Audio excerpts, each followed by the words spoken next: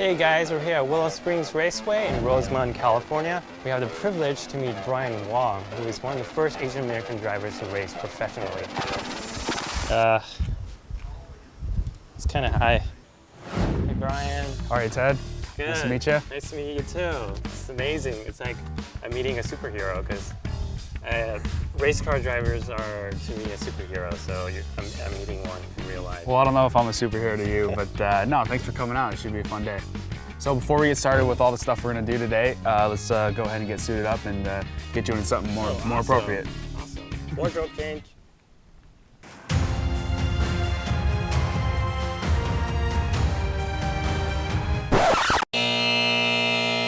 This is not the car that you'd be racing at No, this isn't the car that we're going to be racing here this weekend at the Long Beach Grand Prix, but definitely is a car that we can have some fun today and maybe scare you a little bit. You're going to try to scare me. We're going to try to. I mean, you told me you wanted to be a race car driver, so today you're either going to really want to or you know for sure you're not going to want to be one. Well, how much horsepower does this car have? Let's just say this thing's going to have enough to scare you, just enough to not want to be a race car driver.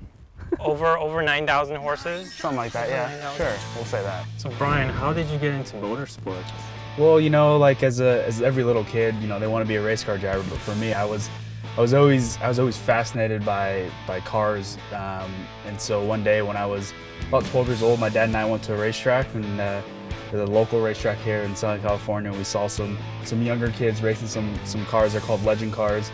And you know, we went down to the pits and talked to some people about them, and you know, it's kind of a blur. Sure enough, we talked to some people, and then the next couple of weeks we ended up buying a car, and then a week after that we ended up testing, and I started driving my first car, and then it wasn't too long after that when I entered my first race.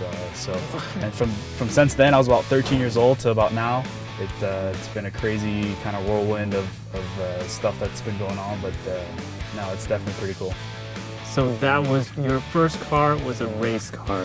Your first car I drove, I was 13 years old, so I didn't have a license or anything. So yeah, definitely it was kind of funny to go to my mom, especially, and say, I want to drive this race car, you know.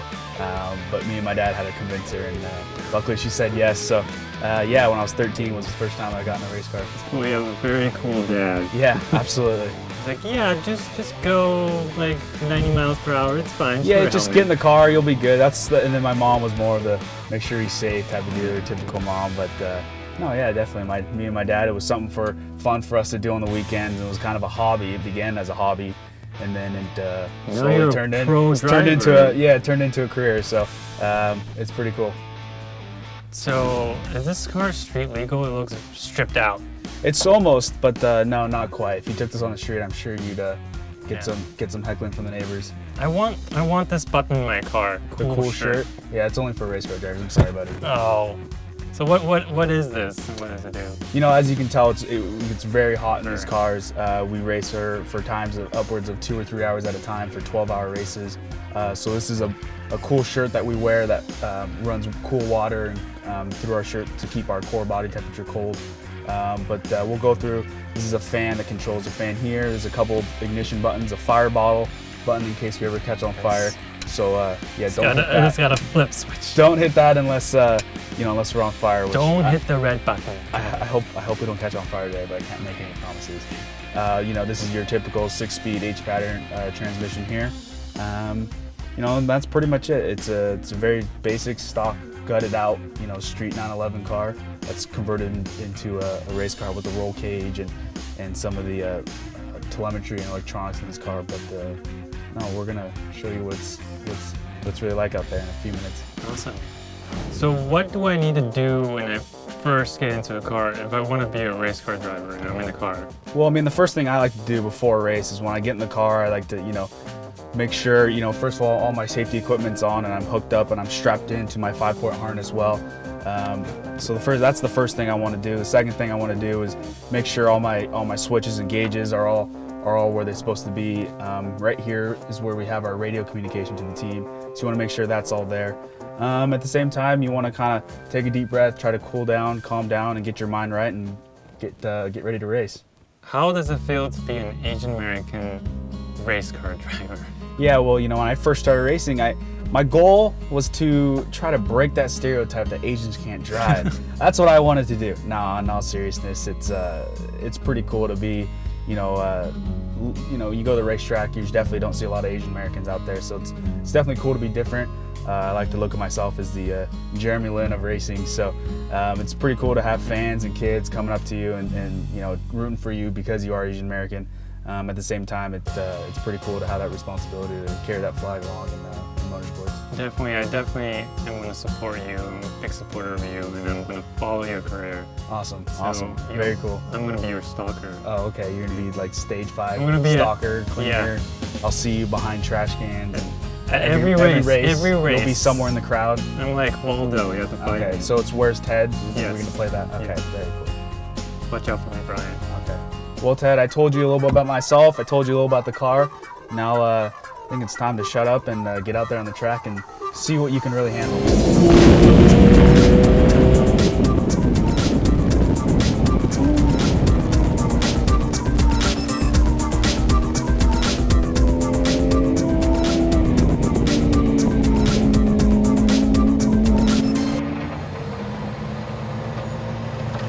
That was awesome! So much fun. Thanks, Brian. Good. So that was just kind of half speed. We'll do a couple more laps. Oh, that was half speed.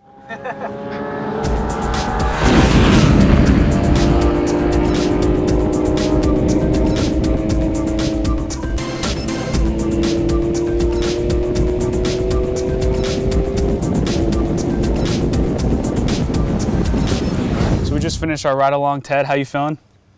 A little queasy, a little dizzy, but I have a huge smile on my face. That was very exciting. You up to do a little one-on-one race against me? Yeah, let's do it. Let's go. Here? No, not in this car. This is for professional only. We're gonna be racing those right over there. I thought we had an agreement. No. Where- These right, Porsche. nope. These right here. That's what we're going. All right, Ted, you ready to race? Yeah, let's race. So the objective is we're gonna go down there around that cone. First one there and back wins. All right, let's go on the count of got 3. it, Brian. When I count to 3, we'll go. Okay. Ready? All right. 1, 2. Brian. Oh!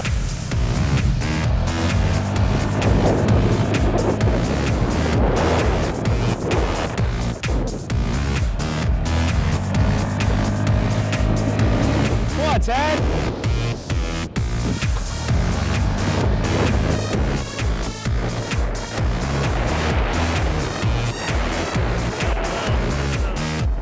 I'm not wearing my helmet.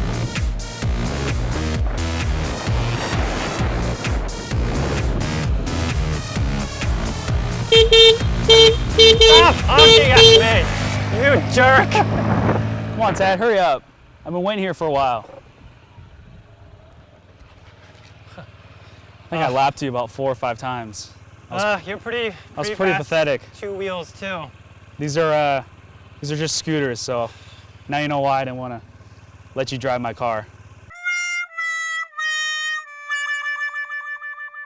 Hey Ted, I had really fun out here with you. I hope you had a really good time. Yeah, definitely. It was a blast. It was great meeting you, but you know, since I whooped your butt in this and gave you a ride there, I'd also like to invite you to my race this weekend here at Long Beach in the Grand Prix. Wow, awesome. So you can come by, check it out, and check me out in action and see what the weekend's all about. All right, Brian, I'll see you at the Long Beach Grand Prix. All right, Good see you luck. there, Ted.